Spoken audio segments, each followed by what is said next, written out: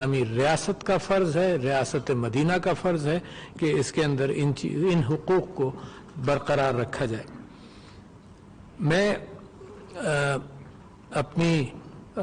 College کے زمانے میں اور اس کے بعد مجھے بڑی تلاش تھی، ہر انسان کو تلاش ہوتی ہے سچائی کی، ہر انسان کو تلاش ہوتی ہے خدا کی حقیقت دریافت کرنے کی۔ تو میں نے اس زمانے میں کافی مطالعہ کیا، بائبل پوری پڑھی، اولڈ ٹیسٹمنٹ نیو ٹیسٹمنٹ ساری پڑھی، ہندو مذہب کا مطالعہ کیا، بدھسٹ مذہب کا مطالعہ کیا، اسلام کا مطالعہ کیا، لیفٹ کی اس زمانے میں لیفٹ اور رائٹ کی بھی جنگ تھی، تو کمیونزم اور سوشلزم کے آلٹرنیٹس کا بھی مطالعہ کیا۔ تو اس حوالے سے جو ابراہمک ٹریڈیشنز ہیں جن کے اندر یہودی بھی ہیں اور مسیحی برادری کے لوگ بھی ہیں اور مسلمان بھی ہیں، ان کی تاریخ کس انداز سے ساتھ چلتی رہی، کچھ واقعات کا بائبل کے اندر ذکر ہے، اولڈ ٹیسٹمنٹ میں ذکر ہے، کچھ واقعات کا قرآن کے اندر ذکر ہے، اور اس کے اندر اسلامی تاریخ حضرت ابراہیم کی اولاد کے حوالے سے، حضرت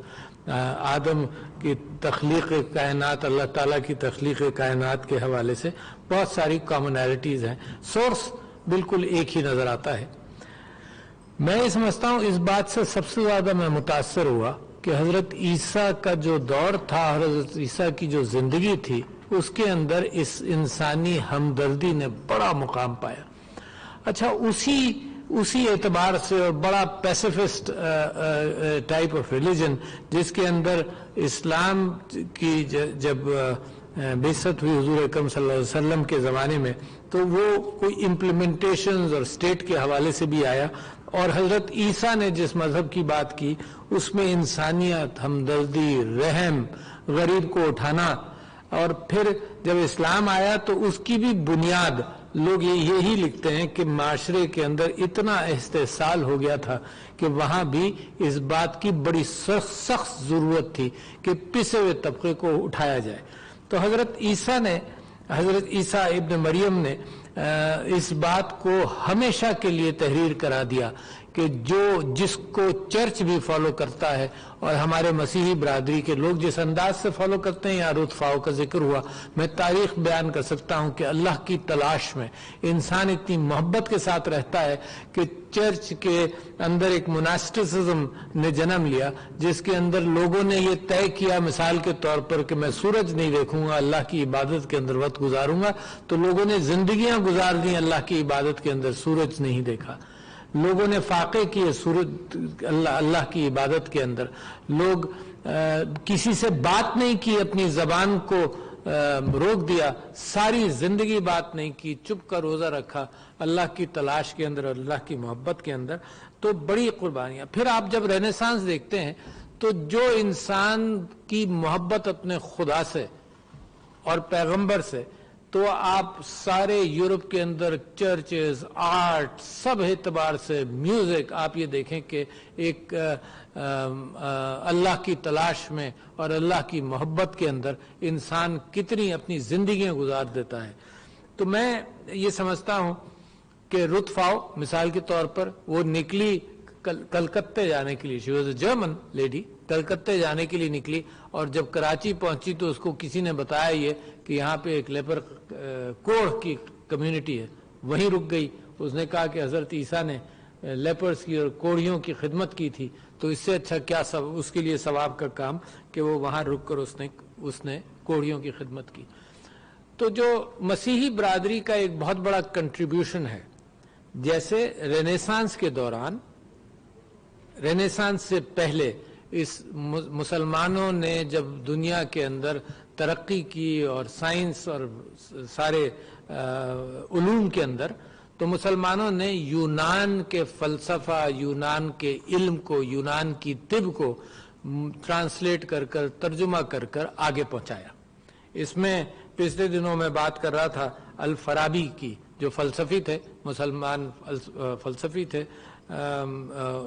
10th سینچری عیسوی کے اندر، ان کی جو ٹرانسلیشن تھی اس کے اندر ایک کتاب کا ذکر ہے، المدینۃ الفضیلہ۔ اچھا، جہاں اور چیزوں کا ذکر ہے، جہاں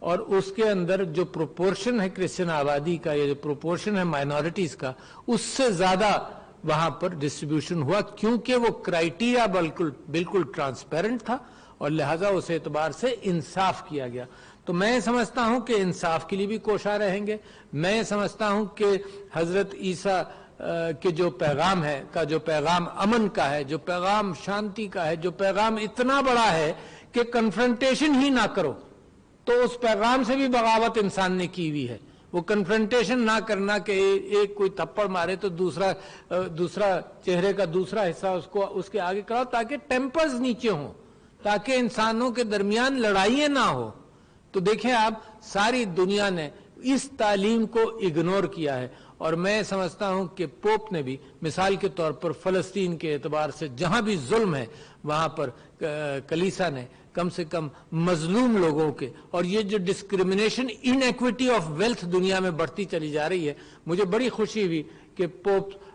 محترم پوپ نے اس سلسلے میں بھی کہا ہے کہ یہ ان ایکویٹی آف ویلتھ جو ہے وہ انسانوں کے رشتوں کو خراب کرتی ہے. تو خواتین و حضرات، میں آپ کی خوشیوں کے اندر شریک ہوں، آپ کو مبارکباد دیتا ہوں. اللہ تعالیٰ آپ کو آباد رکھے اور خوش اور خرم رکھے. شکریہ. السلام علیکم. صدر مملکت ڈاکٹر عارف الوی ایوان صدر اسلام آباد میں کرسمس کے حوالے سے تقریب سے خطاب کر رہے تھے. انہوں نے کہا کہ حضرت عیسیٰ علیہ السلام